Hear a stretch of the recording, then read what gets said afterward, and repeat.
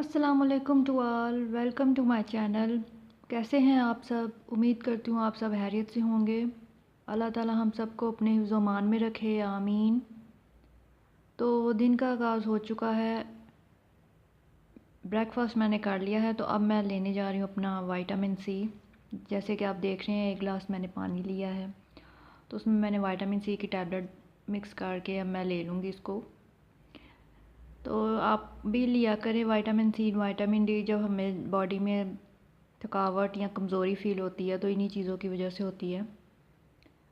वैसे भी जब हम गर्मियों में किचन में काम करते हैं, बहुत ज़्यादा हमें जब पसीना आता है तो पानी की कमी नहीं होनी चाहिए। तो ये हम रिफ़्रेशिंग ड्रिंक के तौर पे भी ले सकते हैं, विटामिन सी की ड्रिंक, लेमन वाटर या कुछ भी हमें लेते रहना चाहिए गर्मियों में जब हम किचन में काम कर रहे होते हैं मोस्टली, ताकि हमें पानी की कमी ना हो और गर्मी का एहसास भी ज़्यादा ना हो फ़ील। तो मैं तो लेती रहती हूँ रेगुलर, क्योंकि डॉक्टर्स कहते हैं या आप फ्रूट्स खाएं, ज़्यादा मतलब खुराक सही खाएं, तो ज़्यादा खाना मुझसे नहीं खाया जाता। तो इस वजह से फिर वो टैबलेट की शक्ल में मैं वो कमी पूरी कर लेती हूँ।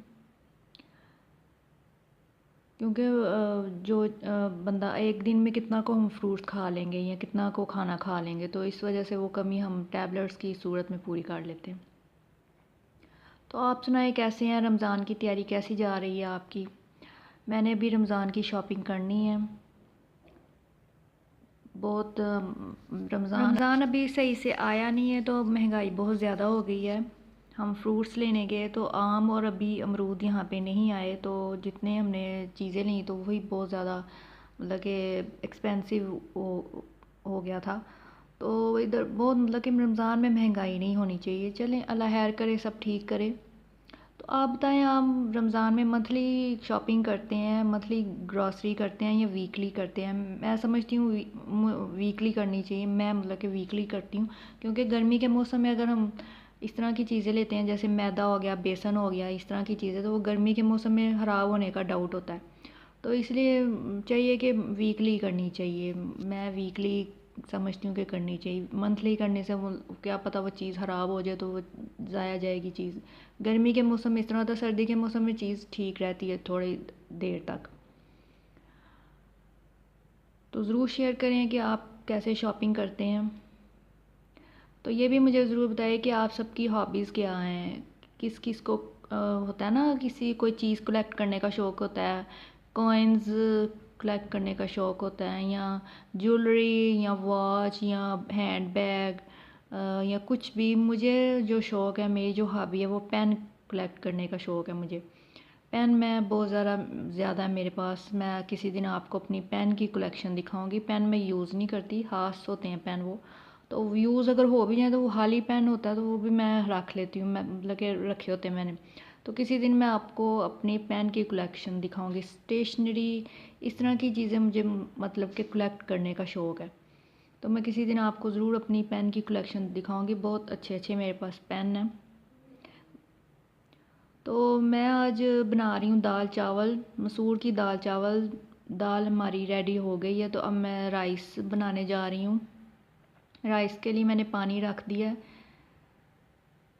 बॉयल राइस बनाना बहुत इजी है। जो न्यू सीखने वाले हैं उनको मैं बता रही हूँ कि अगर 2 कप आपने चावल लिए हैं तो 4 कप पानी डालेंगे आप।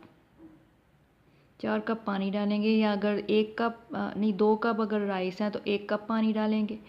तो उसको जब बॉयल आ जाएगा पानी को, तो आपने राइस ऐड कर देने हैं और 1 टीस्पून नमक ऐड कर देना है चावल के हिसाब से। अगर आपके 2 कप राइस हैं तो 1 टीस्पून नमक ठीक है आपके लिए।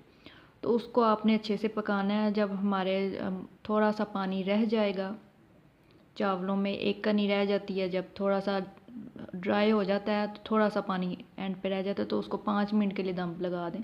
तो वो भी आपने चेक करते रहना है कि चावलों को और पानी की ज़रूरत है तो ऊपर से थोड़ा सा और पानी डाल दें, क्योंकि चावलों में फ़र्क होता है। कुछ चावल पानी ज़्यादा लेते हैं और कुछ कम लेते हैं। तो ये उनको मैं बता रही हूँ जो नए सीखने वाले हैं कि बॉयल राइस इस तरह बनाते हैं। बहुत ही ईजी है रेसिपी ये। तो राइस मैं आज बना रही हूँ, मसूर की दाल और राइस बना रही हूँ। तो लंच की भी तैयारी मेरी हो रही है।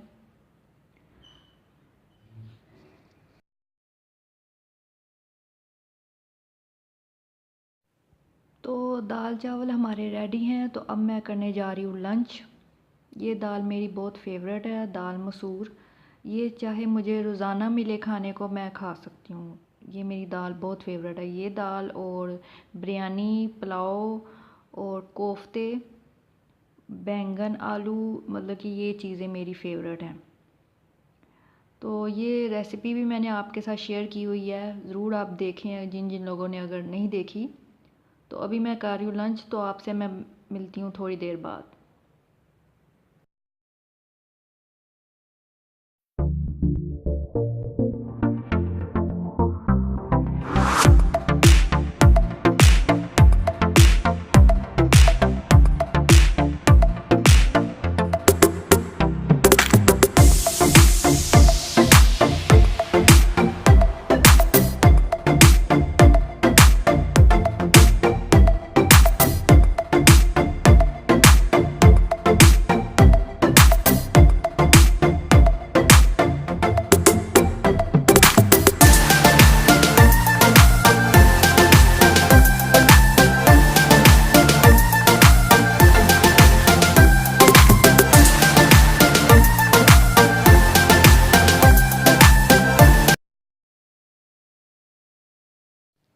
तो लंच मैंने कर लिया है।